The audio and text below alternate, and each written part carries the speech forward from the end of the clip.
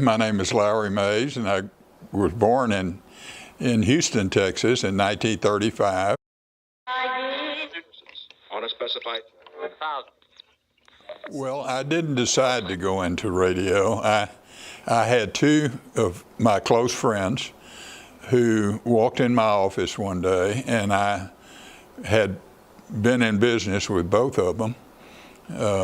And they said, "Oh, we've got this great new project, and we want to buy a radio station, and we want you to be our partner in it."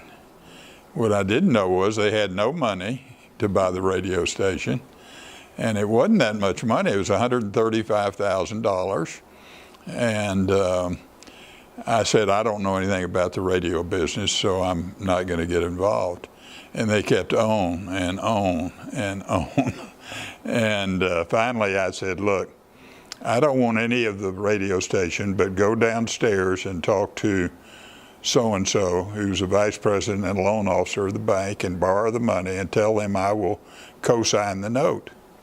And so they did, and they bought KEEZ. 90 days later, the loan officer called me and said, "Congratulations, you own a radio station." And I said, "Oh my God, what do I do now?" So I called my buddy, Red McCombs, and I said, "Red, do you know anything about the radio business?" And he said, "Well, of course." I said, "Well, do you want to be my partner? Because I know nothing." And he said, "Yeah." He said, I said, "Well, your job is to get us a manager." So he called bought radio time on all of the stations, of course, and so he called the biggest radio station, KTSA, and said to Doug McCall, "I want you to go visit with Lowry Mays." And so he came in, and I said, "Well, I want you to, run this new radio station we just bought." And he said, "Now, wait a minute." He said, "I work for the largest radio station in town, and you want me to come and work for the smallest radio station in town?"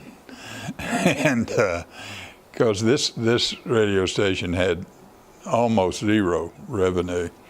And so I said, "Oh, well, I'll buy some more radio stations, but you got to come to work for me before I do that." And so he came to work for me, and then I bought a couple of stations in Tulsa, an AM and an FM up there, to go with this FM here.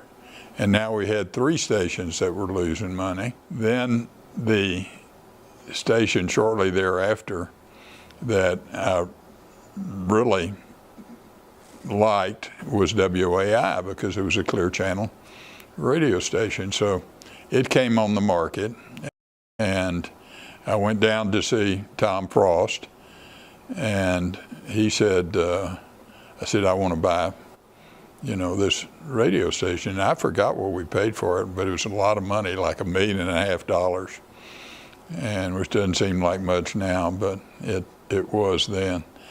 And so I bought that. Now I had 4 radio stations at least lost money. But I had a good friend, actually the fellow that I hired knew a friend in Dallas that ran KRLD. And so I called him and said, "I want to change the format of WAI here. It's a rock and roll radio station, if you can remember that. And I want to turn it into a news talk, just like KRLD." And so we did that, and it became an instant success. And we just started cash flowing money, and that really was the source of capital that we launched the rest of our growth plans with until we went public. There was no news station here at all, and there really wasn't very many anywhere. And outside of the major markets, and KRLD in Dallas started this format, which is on today, and it really is a news talk format that is very successful, and we duplicated that format in a number of different markets. And I hired him to run WAI, and his name was John Butler, and he knew exactly, how to do it and what to do, and he was a key guy in the whole thing. And the guy originally hired, I moved him to Tulsa, and we were off to the races. I guess our next acquisition was the BINGHAM stations in Louisville, which we bought next, and I happened to be in Hong Kong, and when we were negotiating the final deal, and I said, well, I didn't want to leave this up to John Butler, so I flew back from Hong Kong to Louisville and sat down with Mr. BINGHAM and bought the radio stations there, and they were a Clear Channel station. In 1922, they designated 12 radio stations who could have these are AM stations, who could have the power of 50,000 watts and have unlimited, no one else was on that frequency. And then shortly thereafter, they identified another 12 that they put at locations which didn't interfere with those first 12, and they were kind of also ran Clear Channel stations, but it was they were 50,000 watts as well, so that was very powerful. I mean, we would get letters from all over the world, because the AM station, unlike an FM station that's line of sight, bounces off the ionosphere and will travel a very long ways, and we used to get letters from all over the world. Rupert Murdoch was an acquaintance of mine, and in '89, I started seeing what he was doing with the Fox television network, and with all that cutting edge program, Married with Children and Simpsons and that sort of thing. And I thought, well, this is going to win. And so I hired me a television guy, Dan Sullivan was his name, and we started buying these stations, and they were very successful. But eventually we bought Minneapolis, and that was about the time that Rupert bought the rights to NFL football, and the Vikings, of course, was based right there in Minneapolis, and so we had that going for that station there, and so we just kept buying Fox affiliates until Rupert said, "Hey, no more." And I said, "What do you mean, no more? I mean, we're only in 7 or 8 markets." And he said, "Well, I just don't want you to buy any more." I guess he saw me as a threat or whatnot. I don't know, but because he wanted to own them all, of course, and so anyway, we stopped buying them, and that was how I got into the television business. The television business at that time didn't have the same model as radio because it was a lot more capital intensive.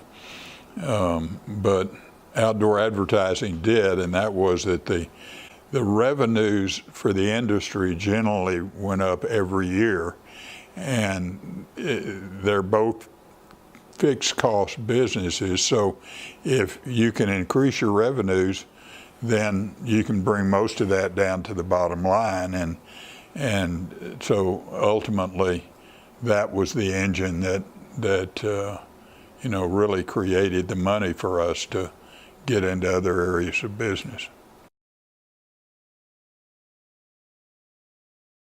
Well, we were by far the largest in the world at that juncture.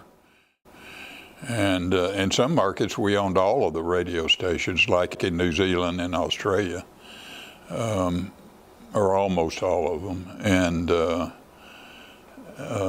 so we used that model to get us into the television business, and then we used that model to get us into the outdoor advertising business, and that led us to 65 different countries in that business, and we ended up being the largest in the world in that business. And I told our salesmen, we're not in the radio business, or we're not in the outdoor business. We're in the business of selling other people's products. And people that buy advertising, particularly in the radio and television industry, more so in the radio business, they know exactly what they're buying. And I've got a good friend who worked for me for a while. This is John Williams' son, and he is an advertising executive in Houston that sells only to news-oriented radio stations, because he knows that will work, and he proves that to his clients.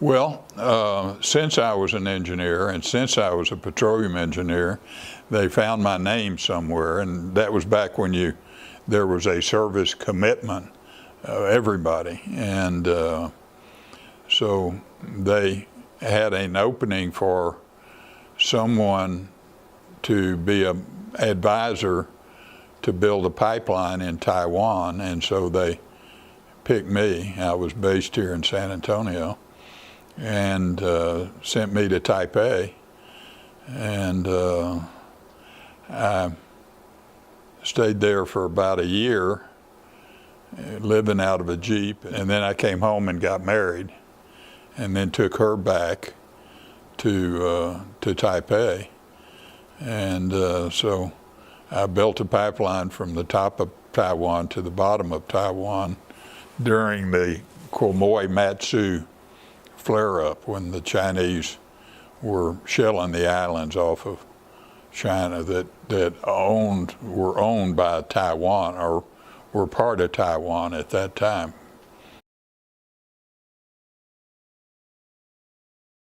I had a direct commission, which I changed to a reserve commission so I could get an early out to go to graduate school. But I thoroughly enjoyed it. I was going to flight school, and they changed, just as I was going in, they changed the requirement from 3 years to 5 years. Now I guess it's 10 years, but I decided, God, that's a lifetime. I'm not going to sign up for 5 years. It was pretty easy to learn the businesses as long as you had really good people working for you. And as long as you could motivate the people that work for you. We had a public company that was the most successful performer on the New York Stock Exchange during the 1990s. And we used that equity kicker as parts of compensation to incentivize our people. And they were all happy because they were making all this money. And I guess that was led to the success more than anything. I was a bellhop. I was a surveyor, or I worked for a surveyor. I didn't know enough to be a surveyor. Well, then I sold peanuts in the Cotton Bowl. And Paul Harvey was one of them. I mean, I was a great fan of his and all of the people at CBS. And I got to know them very well because I was on that board for a number of years. When we sold the company, we sold it for a lot of money at exactly the right time, and I wanted to do three things. I wanted to make sure that my children were well taken care of. I wanted to make sure that my grandchildren, which there were 16 by that time, were well taken care of. And then I wanted to set up this foundation. And so we set up the foundation, and we restricted pretty much to this community, Bexar County, and with some exceptions like Texas A&M, where I have the business school named after me.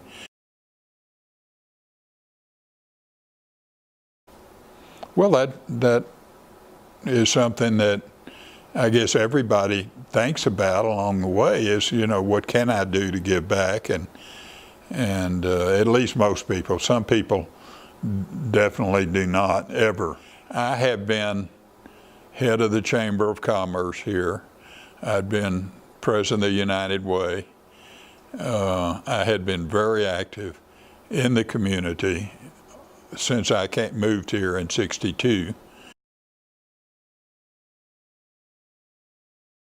We're very committed to the McNay and to the San Antonio Museum of Art and the Whitty, and but a lot of children's charities and that sort of arts. And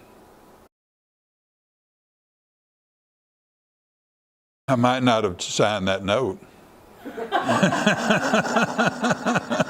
because I didn't expect to be in the radio business 90 days later.